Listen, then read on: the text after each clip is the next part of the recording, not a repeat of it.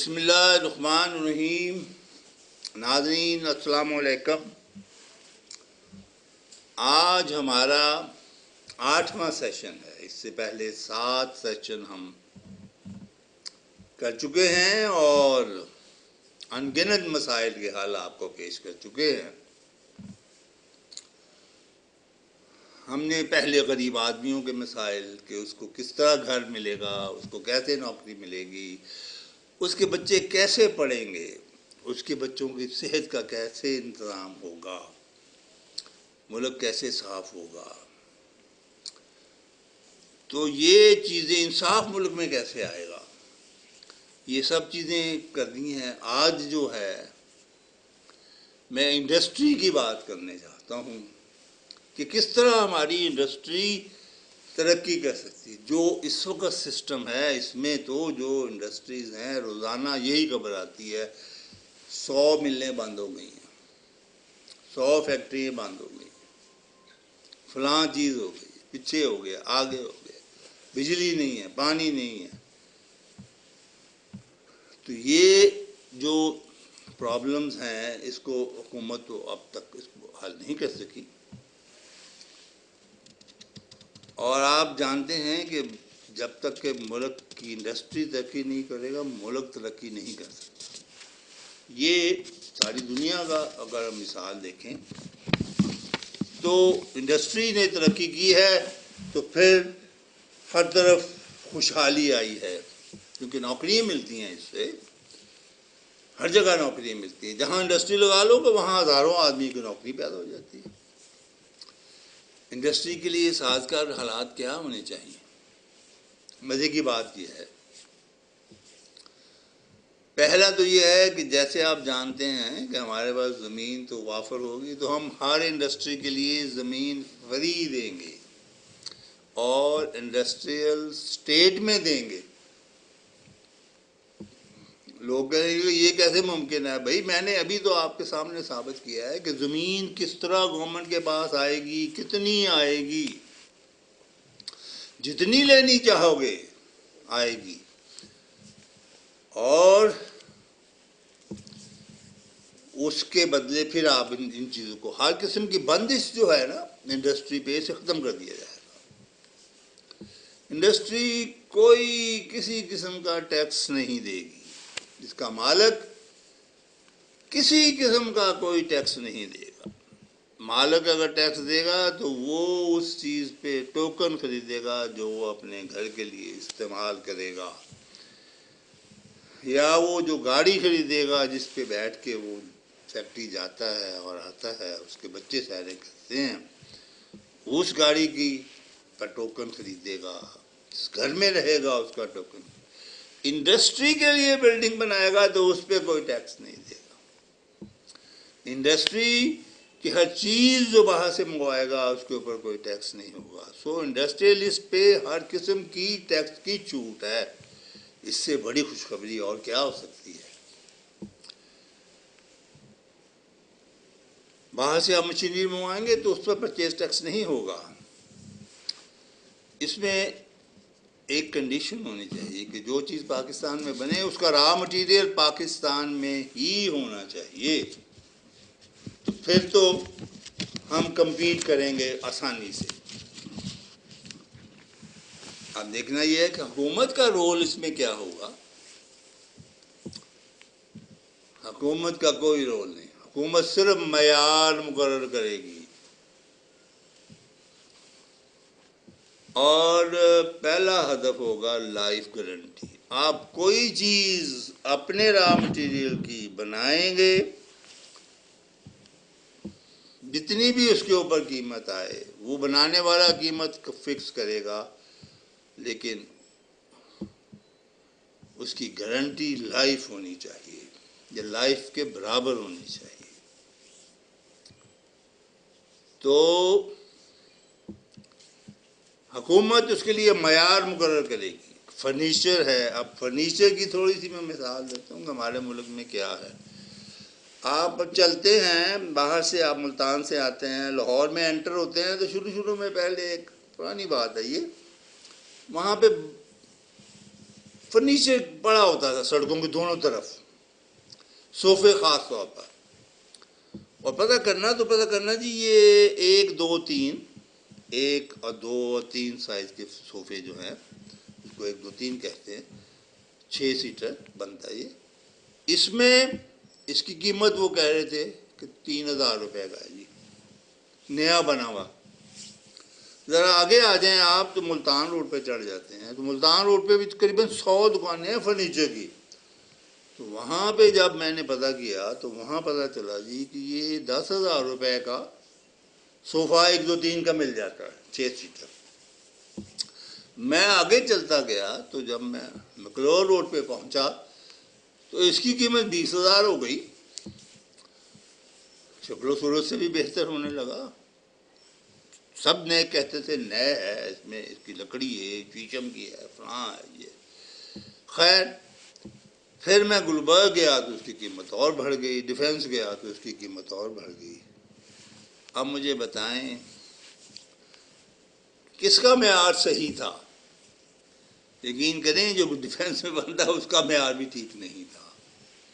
اس کی بھی اس کی نیت پہ ڈیپینڈ کرتا ہے. وہ جو بنانے والا ہے اس میں اس نے کچی لکڑی لگا دی ہے تو وہ اس میں سے آٹا نکلے ہی نکلے. آٹا نکلتا ہے نا جب آپ صوفے کو ہٹاتے ہیں تو نیچے آٹا. خیر تو اس کی جب ہم حکومت نے آج تک انڈسٹری کو 100 طریقے سے جکڑا ہوا ہے، لیکن یہ نہیں اس سے پوچھتے کبھی تمہارا معیار کیا ہے. بس اب صرف معیار ہی پوچھنا ہے. صحیح معیار کی جو بنائے گا چیز لائف گارنٹی والی وہی مارکیٹ میں آئے گی. جتنے کی اس کی مرضی ہے بیچے، یہ اس کا حق ہے. اور جب ایسی چیزیں بنیں گی تو پھر آپ سمجھتے ہیں کہ ساری دنیا میں مشہور ہوں گی. جاپان یہ پہلے یورپ تھا، ہم چھوٹے چھوٹے تھے کہ ہر چیز ہی یورپ کی. خیر ان کی حکومت تھی ہمارے ملک پہ، اس وجہ سے ہر چیز ان کی تھی. پھر اس کے بعد جرمن جاپان آ گیا. آنکھیں بند کر کے جاپان کی چیز خرید لو، کہتے تھے کہ یہ اس کا جواب نہیں ہے. پہلے آپ ایک فریج خریدتے تھے، آپ کہیں گے یہ جھوٹ بول رہا ہے، 50 سال چلتا تھا. ہم جایا کرتے تھے چھوٹے چھوٹے. اپنے ڈاکٹر جو اس وقت دوائی لکھ کے بچوں کی دیتا تھا، ساتھ گولی شولیاں دیتا تھا، تو اس کی دکان کے اوپر ایک فریج پڑا ہوتا تھا. میں ڈاکٹر صاحب مذاق کرنا، میں کہا ڈاکٹر صاحب یہ تہاڈی عمر دا ہی کیا ہے؟ کہندا کوئی شک نہیں، یہ میری عمر تو بھی بڑا ہے جی، اجے بھی دیکھ لو ٹھنڈا کردا جی. تو یہ تھی معیار، اس کو لائف گارنٹی کہتے ہیں. آج کل کا فریج تیسرے دن جو ہے وہ اس کا ٹرانسفارم، اس کا کچھ نہ کچھ جل جاتا ہے، کچھ نہ کچھ اسے ہو جاتا ہے. اور اس چیز کو ہدف کو پورا کرنے کے لیے حکومت کو ایسے انتظامات کرنے ہوں گے کہ اگر کوئی آدمی، کوئی فیکٹری، کوئی انڈسٹریلسٹ کوئی غلط چیز بناتا ہے یا دکاندار کوئی معیار سے کم چیز پہ بیچتا ہے، پکڑی جاتی ہے، وہ دکان اسی وقت سیل ہو جائے گی. فیکٹری کا بتائے گا، فیکٹری بھی اسی وقت سیل ہو جائے گی. اب سیل ہو جائیں گی جب کو پتہ ہے ہم پولیس کا رول بھی بدل رہے ہیں. پولیس کا کام ہی سیل کرنے کا رہ جائے گا اور کچھ نہیں سوائے سلام کرنے کے.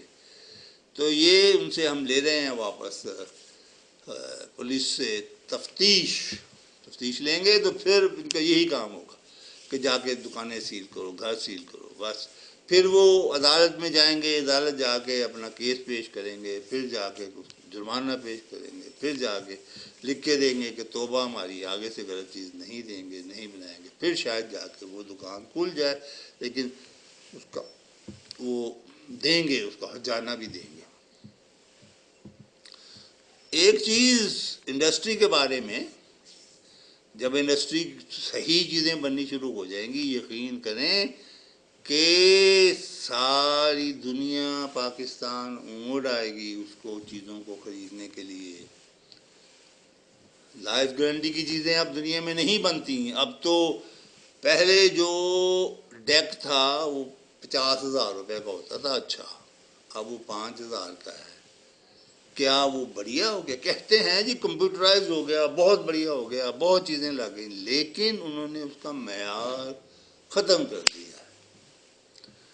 ایسے بھی ہوتا ہے، بلکہ میرے ساتھ ہوا. ایک دن میں لایا 5-6 ہزار روپے کا ڈیک ہال روڈ سے، اور وہ دوسرے دن چلا نہیں. اس کے پاس گیا، وہ کہتا جی کہ یہ تو باہر کی چیز ہے، اس کی مرضی ہے، چلے چلے نہ چلے نہ چلے. اچھا میں نے کہا بھائی، کہتا دے جاؤ دیکھتے ہیں. ایسے دیکھنا کیا تھا، انہوں نے ہفتے بعد واپس کر دیا. جی یہ تو اس کی تو چیز ہی اس کی سڑ گئی ہے، تو اب تو جی تو اس کی گارنٹی کوئی نہیں ہے. پھر اور جو حکومت کرے گی، کیونکہ ہم نے سود فری قرضے دینے ہیں. کوئی آدمی مل لگانا چاہتا ہے، صرف نو ہاؤ لائے اور ثابت کرے کہ وہ صادق امین ہے، تو اسے بغیر سیکورٹی کے قرضہ دے دیا جائے. وہ اس کو زمین فری مل جائے. تو آپ مجھے بتائیں کہ انڈسٹری کیسے ڈگے گی؟ آپ جگہ کا بعد میں مقرر کریں گے، فیکٹری پہلے لگ جائے گی. معیار اس کا ہوگا. اس طرح ملک ترقی کرتے ہیں. انڈسٹری کے فائدے کیا ہوتے ہیں؟ ظاہر ہے سے نوکریاں ہی نوکریاں ہو جائیں گی. میری کتاب میں 2.5 کروڑ ویکینسیز ہیں. نوکریاں ہو جائیں گی، ڈالروں کے انبار لگ جائیں گے. آپ انڈسٹریز کو گن نہیں سکیں گے کہ اتنی ہو گئی ہیں.